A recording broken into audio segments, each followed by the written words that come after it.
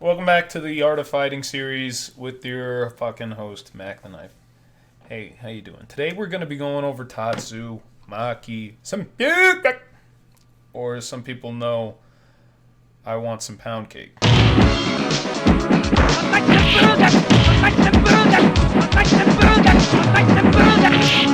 right now we're going to start off just like we did with the Shoryuken video. I'm just going to show the kill percents of Mario. And if you haven't watched that video yet, like Mario's significant. It makes up 72% of the cast's weight. And then we're going to be discussing Bowser as well. And he's the heaviest. So I'm going to give you your kill percent ranges. And these are ranges, keep in mind. These don't have proper DI. These don't have any sort of... Yeah, it's just like they don't have proper DI. And they don't really factor in rage at these percents. I'm just giving you like a window of where this is going to kill earliest. Sounds simple enough. Like, if you see that they're in range of that kill percent that I give you, and you have a little bit of rage, and you can catch them with the DI mix-up, you never know. Like, I'm giving you the bare bones, and these are the things you have to do with them. So today we're going over Tatsu. Tatsu's like... I love this move. A lot of interesting things that happen with Tatsu, but first... let's go over kill percent. So untrue Tatsumaki killing at 133. True input can take Mario off the top of FD 113. Not bad. That's pretty goddamn good. 113, you have a kill move, and that's not even with you in rage. With you in rage, this move comes pretty fucking remarkable. 90. Oh my god, you're killing Mario at 90 if you have full rage. Now, I know that it says 999%, but rage caps off at 150. And the weird part is, in training mode, if you want to have rage... the rage effect equipped to your character, you have to unstale the move. So there's like a setting, there's a Dropbox setting, and it'll say stale moves, and you switch it off, then you engage rage, and that's when it'll show. That'll actually show up in training mode. For some reason it doesn't. Don't understand why, and I don't get that. That's the reason why. It's because stale moves aren't on. What is this crap? Yeah, so unstale, true input with rage, Tatsumaki kills Mario 90%. That's heavy.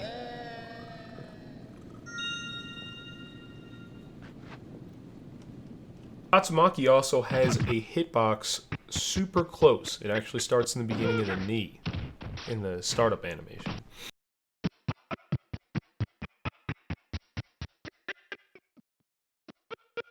So, upon further research, I found out that the up-close hitbox has the same trajectory as a sweet-spotted heavy Tatsu. Now, here's the weird part. If you input any version of Tatsu up close, you'll always get that heavy trajectory angle. The only way you can mix up that trajectory angle is if you sweet spot a light or medium Tatsu. So yeah, different hitboxes up close. Inside these, kills at 144. This is true input, killing at 123 up close. It's still, that's not awful. It's not really that bad. Now with rage, I don't know why there's such a difference. Mario with that startup hitbox at 99. If you know your opponent has good DI, it actually becomes a more viable kill option than Shoryuken is at higher percents. Something to keep in mind, because you also have to think about this move's iframes, its ability to escape instead of going actually up and straight down like Shoryuken does. Now, a little demonstration of some of the... like, this move has got invincibility. It's really good. And you just gotta keep the invincibility frame. Like, don't try to memorize every character and what moves Tatsu will go through, there's only like a couple individual things you really need to watch out for. But if you know that they have some sort of projectile or some sort of move or some sort of grab that is fairly low to the stage, you'll come out golden with this move. The iframes that they buffed for this character is great. So keep in mind any sort of low projectile, low grab, waiting item. This move is great. It just ignores a grounded foe. I'm sure everybody's seen it. Oh, here's a beautiful one. PK Fire? Fuck you. I'm sipping right over that. See ya! Going over Samus's bomb. Any waiting projectile. It's going right over it. You can see it just goes right over Gakoga's water shuriken. Just completely ignoring it. And you always have to watch out if you know a character's got a low base grab. They're gonna be grabbing at fucking straws. They ain't gonna be grabbing nothing. Look at this. I'm stupid. I'm dumb. I can't grab him. Legs are invulnerable. Mega Man becomes absolutely obsolete. Fucking old branded, stupid old robot. I'm trampling everything. I'm going through everything. Give me it all. Pellets, metal blade, crash bomb. Forget about it. You get fucked up. Swoop. See ya, bitch.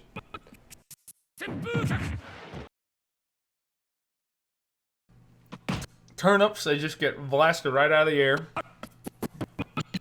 Who fucking cares about them? Boop. Just disintegrates.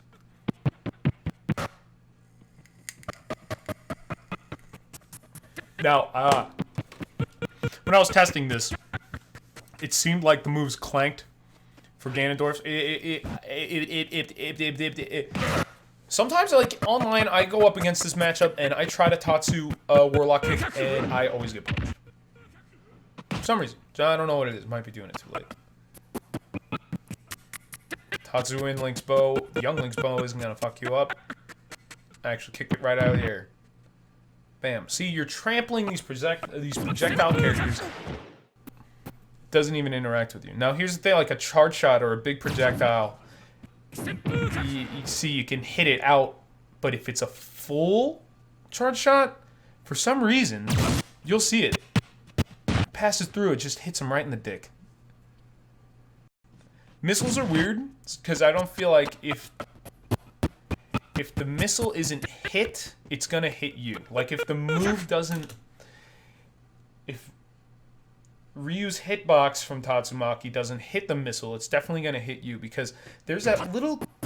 There's a crotch sweet spot on where the enemy wants to hit you. And it's weird.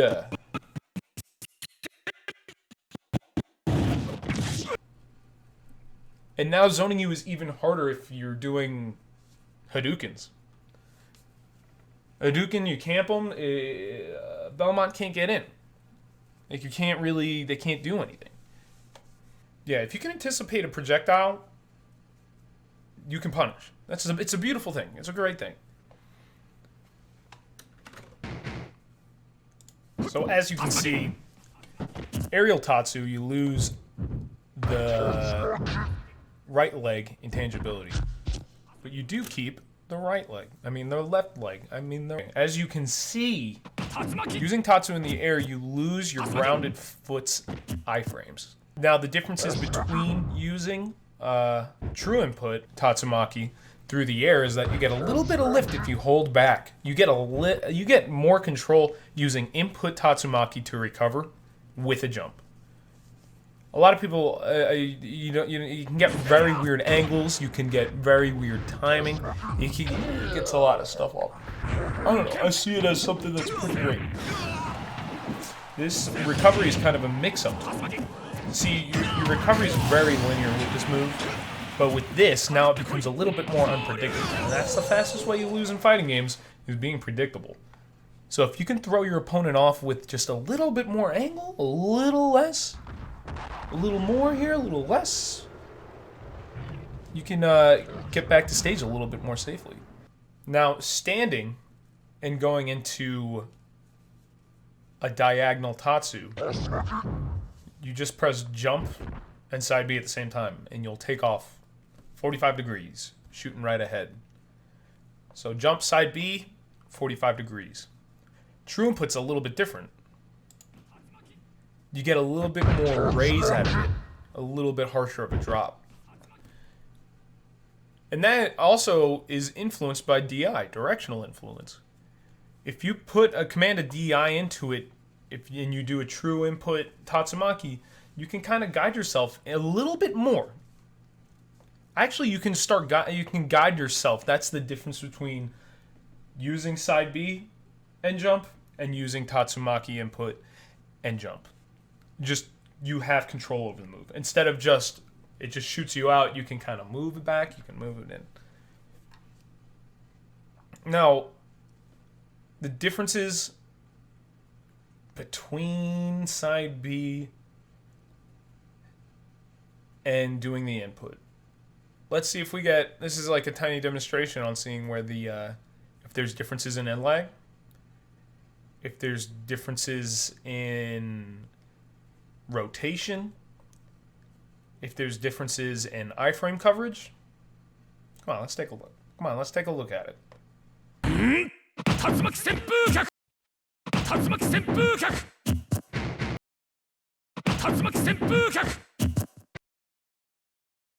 Let's get this straight. Let's just add this on.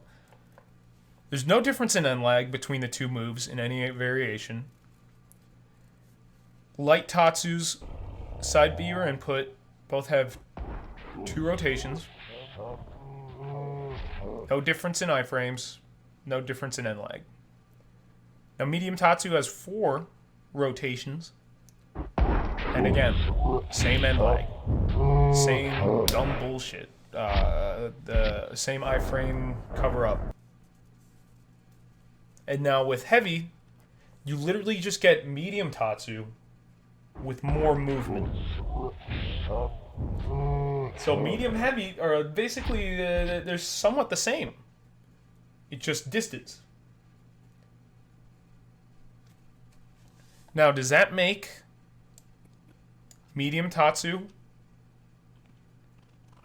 a better shielding option against projectiles? Yes. Multiple rotations mean you're smacking shit out of the way. So medium Tatsumaki against projectile-based characters, if you're just trying to null the projectile or get through it. Whatever situation you want to abuse your iframes in, medium is kind of your go-to guy. But if you're looking to rush in, fools rush in. If you're looking to rush in, what's happening is very similar to a pollen allergy, where something is breathed into the body and the body sees it as a threat. In this case, pet dander. Nose. Love it. I got bugs. Do I got bugs? No. I got bangs though. Shit. Back at it. Heavy Tatsus for rush in, and you're trying to kill. Well, I wouldn't even actually say that, because my next demonstration is going to be something that I've heard a lot of people in the Shoto community talking about. Well, that'll come later. Right now, let's see about grabbing ledge, getting off ledge, and Tatsuing. Because honestly, like I said again, easiest way to lose in a fighting game is being predictable. This is just a mix-up. These are all... It's good to have all this information in mind because mix-ups are key. You know, keep your opponent on your feet. You know, see what I did there? On your feet. Because you're real. You're killing people with your toes.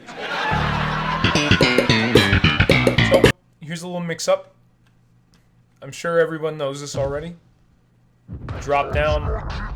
True input. Wadoosh. Splut out. It's pretty good. I've gotten some good use off this coming back to the stage. And guess what? They're in a hit stun. hit stun and you're close to the ground landing. It might follow up. It's just... You're not usually hitting somebody at 0% with this move. If you're hitting somebody with 0% with this move off the ledge, you're doing something wrong because you shouldn't be off stage as Ryu at 0. And it doesn't make sense. So yeah, you can stall this mix-up.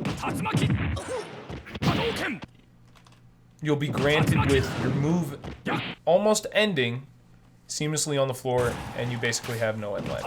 Almost auto cancel. And you can even do a jumping retreat. Not bad. Getting stage control. Amazing. You, as a Ryu player, want to have the most stage control possible. You don't do well in the sky. You don't do great off stage. You have good, like, kind of zoning tools. Good reasons why you shouldn't be caught at the ledge. You shouldn't be it. You shouldn't be at the ledge. You should be demanding stage control at all times. It's a great time. Where you want to be is in the middle, pushing your opponent to the side, getting them by the ledge, and then applying pressure like no one's business. But the right kind of pressure, and this is what this series will teach you. Not there yet, we're just going over why it's important to do inputs or learning your move. Like, basically, we're just going over what Tatsu does, the differences between side B and input variation, the iframes you get. Like, we're going over the goods. We're discussing this move. Because these inputs are key for the character. I've said it too many times. Now, another thing I've also been trying is ledge combos. I've been able to link Shakunetsu into a true input on the first platform, and also just a side B into the first platform as well, with jumping. So my patented helicopter snipe, I can get kills with this pretty often, or just fuck with my enemy. Just to give them a nice little 1-2-zy on their mental game. A nice little pop-pop jab with my foot in the air. Now this is launch angles. This is the difference between the launch angles of light, medium, and hard. So this first variation, the first variation is heavy. Take note of this launch angle. Up. It'll most likely... No. Heavy input is going to kill you off the top. Now, this is light and medium. Talking about that 45-degree angle again. It's a little bit more than a 45, but it's a diagonal angle. So light and medium Tatsumaki send your opponent right at a diagonal shot, which is great for ledge pressure. Now, Vendetta talked about it in one of his videos, that it's a great mix-up as well. I totally agree. Completely agree. Because when you expect Tatsu, you expect a certain DI, right? Tatsu, heavy Tatsu DI, since it shoots you up, you're going to be holding away to survive it. Your DI is going to be, you shoot yourself towards the edge of the blast zone, right in the corner. You're going to DI into the corner because you're going to be carried off the top. Good players see this. Good players know how to DI. They know how to DI the kill move that you have to survive the longest. Now, if you use medium and light variation, most likely medium because you get a little bit more knockback and damage, you're going to mix up their DI. They're going to be holding to the corner to survive a heavy. They're going to be thinking, oh, you just got to, oh, he's doing a Tatsu. If I get hit, I'm going to have to DI into the corner because heavy Tatsu takes me up the top. If they throw out a medium one, it's going to send them at that diagonal angle, and they're going to be DIing with the launch angle, pushing them right into the blast zone if you do it right at the edge. I'm going to link his video in the description. It's great. Give it a watch. I'm not going to re-review it. I'm not going to reuse it in this video. But you can kind of see the application. See, that's the angle that heavy gets at 100%. Right up. Almost like Shoryuken, but a little bit less. Also, another thing that happens if you do connect a Tatsu in the air, you get the same launch angles as you would on the ground. So everything stays pretty consistent.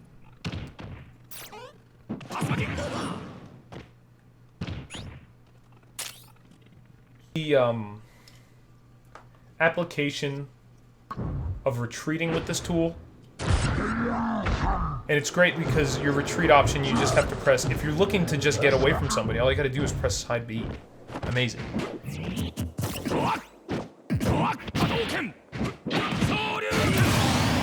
And you can cancel it off of any aerial move. So if you approach with like a pretty crappy fair, and you want to just get out of there because you know you're gonna get grabbed, you can Tatsu your shit out of there. You can Tatsu it forward, so that way you're ahead of the enemy. You're away from their grab range. You're already moving past them.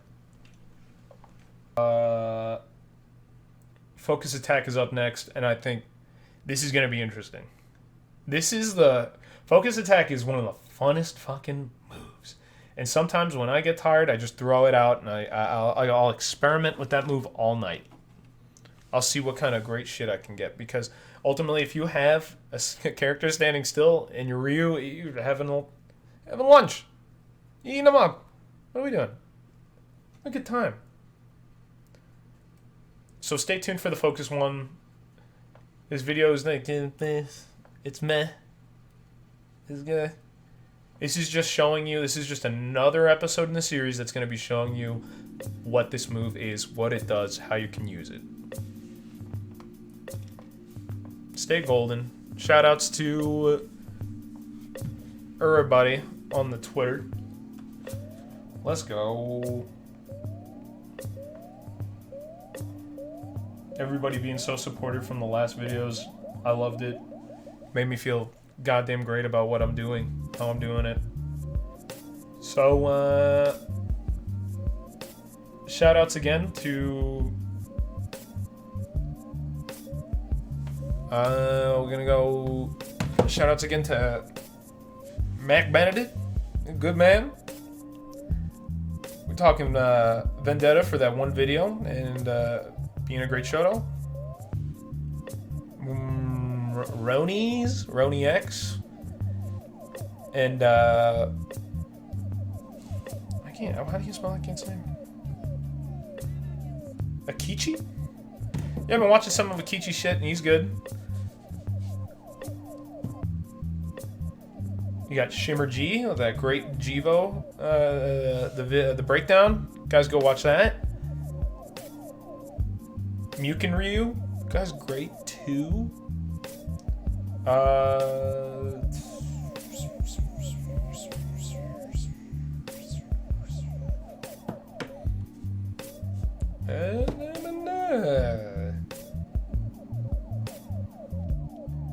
Oh, and Mista. Guy's good. Fucking killer. You guys are all killers. I love seeing this community grow. I love seeing everything that's going on. Happy about it. I'm happy to see that everything is kind of fizzing down and everyone's getting back to it. Soon enough, we'll all be at tournaments. We'll all be hanging out, smashing again.